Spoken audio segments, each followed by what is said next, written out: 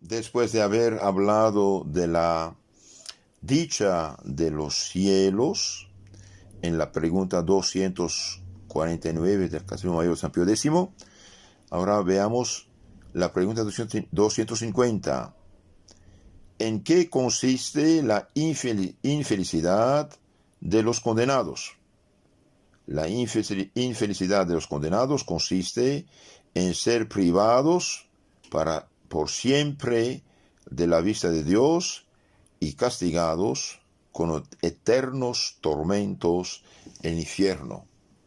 De un lado, los condenados nunca verán a Dios, que es fuente de todo bien, toda dicha, toda alegría, y del otro lado serán castigados con eternos tormentos en el cielo. Pregunta 251. ¿Son únicamente para las almas los bienes del cuerpo y los males del infierno? Respuesta. Los bienes del cielo y los males del infierno son ahora únicamente para las almas, porque solamente las almas están ahora en el cielo o en el infierno. Pero después de la resurrección, los hombres serán o felices o atormentados para siempre en alma y en cuerpo. A la resurrección final, a la resurrección del fin del mundo, todos van a resucitar. Bien, los buenos tendrán cuerpos gloriosos, hermosos, santos, y los malos tendrán cuerpos horribles y feos. Y en la eternidad, alma y cuerpo o gozan en el cielo o sufren en el infierno. ¿Serán iguales para los bienaventurados los bienes del cielo y para los condenados los males del infierno? Los bienes del cielo, goza, dicha, alegría, para los bienaventurados, y los males, sufrimientos, penas del infierno para los condenados, serán iguales en la sustancia y en la duración eterna. Entonces, en sustancia y en duración son iguales. Mas en la medida y en los grados serán mayores o menores según los méritos o deméritos de cada uno. Entonces, mientras más uno haya pecado, más sufrirá en el infierno. Y mientras más uno fue bueno y santo, caritativo, más gozará en el cielo. Unas historias acerca del infierno. Santo Cura de Ars nos dejó unas reflexiones sobre este tema. Si un condenado pudiera decir una sola vez, Dios mío, yo os amo, no habría más infierno para él. Pero ay, esa pobre alma ha perdido la facultad de amar que había recibido y de que no supo aprovecharse. Los condenados al infierno serán como congelados en su odio, en su rencor, en su maldad. San Francisco de Borja meditaba a menudo el infierno. Poníase horas enteras a los pies de Jesús, saliendo de su meditación anegado en llanto y teniéndose por un escapado del infierno. Y desde entonces no había penitencias ni mortificaciones que no le pareciesen dulcísimas en comparación de las torturas del abismo de que acababa de ser librado. Queridos hermanos, si una sola vez hemos pecado mortalmente, debemos considerarnos como rescatados del infierno eterno. Y por esto este santo San Francisco de Borja, mientras más meditaba sobre el infierno, más lloraba y se dedicaba a las penitencias y mortificaciones, porque decía yo, he escapado al infierno eterno. San Leonardo de Puerto Mauricio cuenta que un militar a quien se apareció un condenado preguntó a éste: ¿hay fuego en el infierno? Oh, desdichado, replicó el aparecido, ¿ves esas montañas?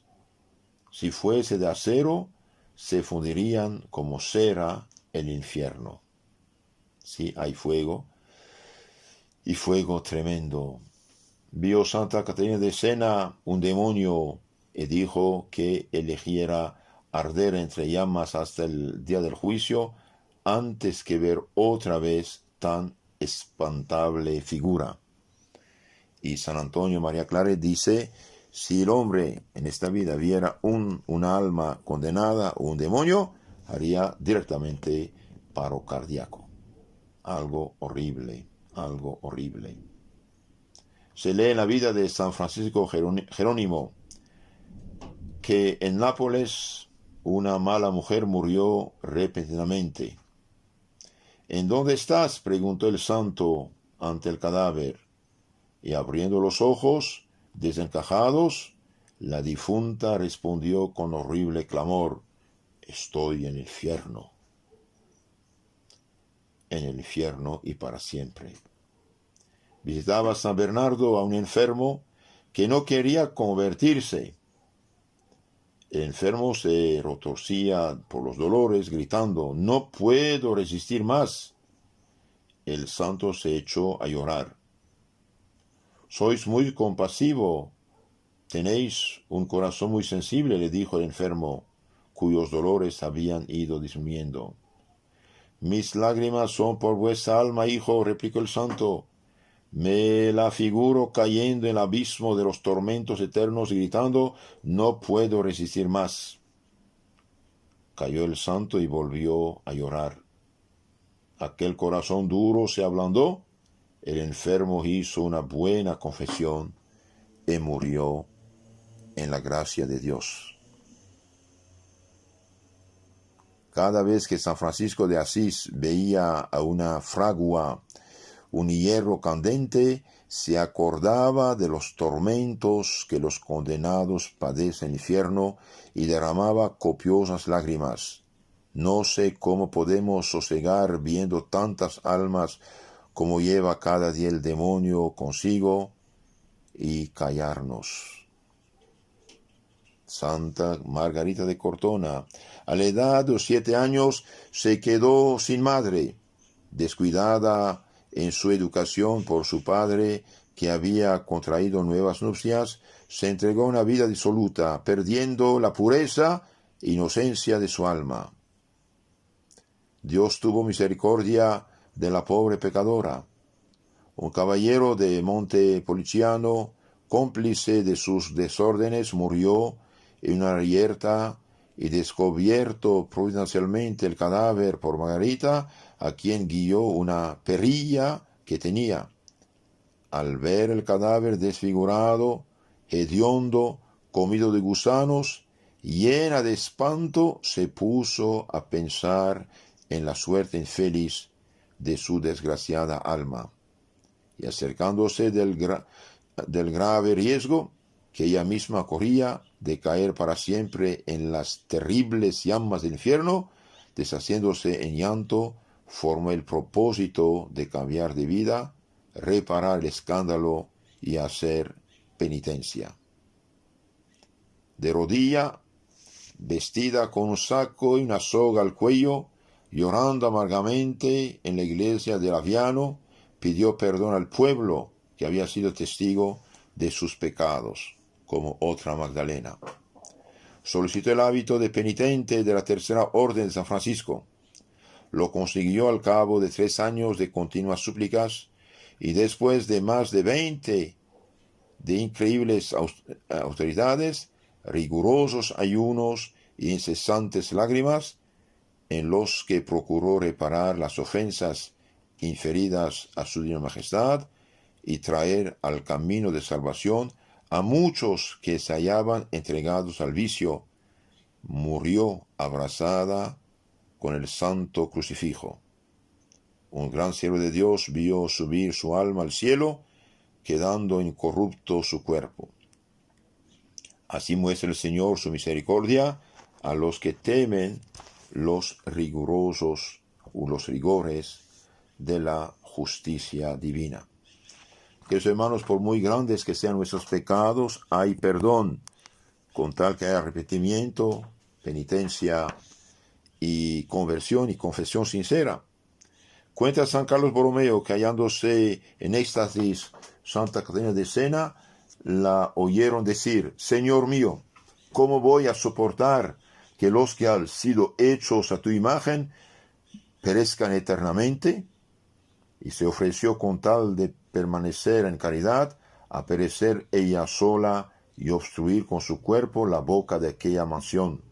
A esa petición respondió el Señor, según reveló ella a su confesor, que para la caridad no hay lugar en el infierno, y que lejos de quemarse en estas llamas, la extinguiría el amor divino que abrazaba su corazón. El infierno existe, el cielo existe. El que cree se salvará, y el que no cree será condenado, dijo nuestro Señor Jesucristo en San Marcos 16:16. Y hoy hay gente que nos hace creer que esto no existe, y aunque lo digan, nada cambia. Lo que es, lo que no es, pero no es la opinión de un simple mortal que pueda cambiar las cosas. Hemos dicho que los tormentos del infierno están en relación con los pecados de los condenados. Santa Francisca Romana, favorecida por Dios con frecuentes visiones, vio una vez a unas mujeres difuntas que durante su vida habían tenido gran apego a los afeites, a los atavíos del cuerpo, cuya solicitud les había hecho olvidar completamente la salud de su alma. Hallábanse éstas en un lugar de tormentos y por entre sus cabellos hurgaban numerosas serpientes que mordían sin cesar la cabeza de aquellas desdichadas.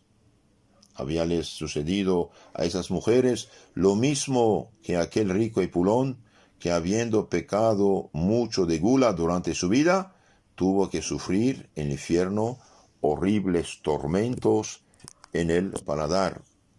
Mientras más uno peca, más sufrirá. ¿Quiénes son los que no van al cielo, sino al infierno? Bien, San Pablo, en su primera carta a Corintios 6:10, dice: no se hagan ilusiones, ni los fornicarios, ni los idólatras, ni los adúlteros, ni los homosexuales, ni los ladrones, ni los avaros, ni los borrachos, ni los ultrajadores, ni los rapaces heredarán el reino de Dios. Y en su carta a Gálatas 5:21 dice: cuidado, los que practican las cosas siguientes no irán al cielo. Por ejemplo, los que tienen envidias, embriagueces, orgías y cosas semejantes, sobre las cuales os provengo, como ya os previne, que quienes hacen tales cosas no heredarán el reino de los cielos. Queridos hermanos, nuestro Señor Jesucristo habla más del infierno que del cielo. En Mateo 13:41 dice: el Hijo del Hombre enviará a sus ángeles y recogerán de su reino todos los escándalos y los agentes de iniquidad, y los arrojarán en el horno de fuego. Allí será el llanto y el rechinar de dientes. Más vale entrar en el reino de los cielos con un solo ojo, que con los dos ser arrojado a la gehenna, donde su gusano no muere, es decir, donde hay tormentos eternos.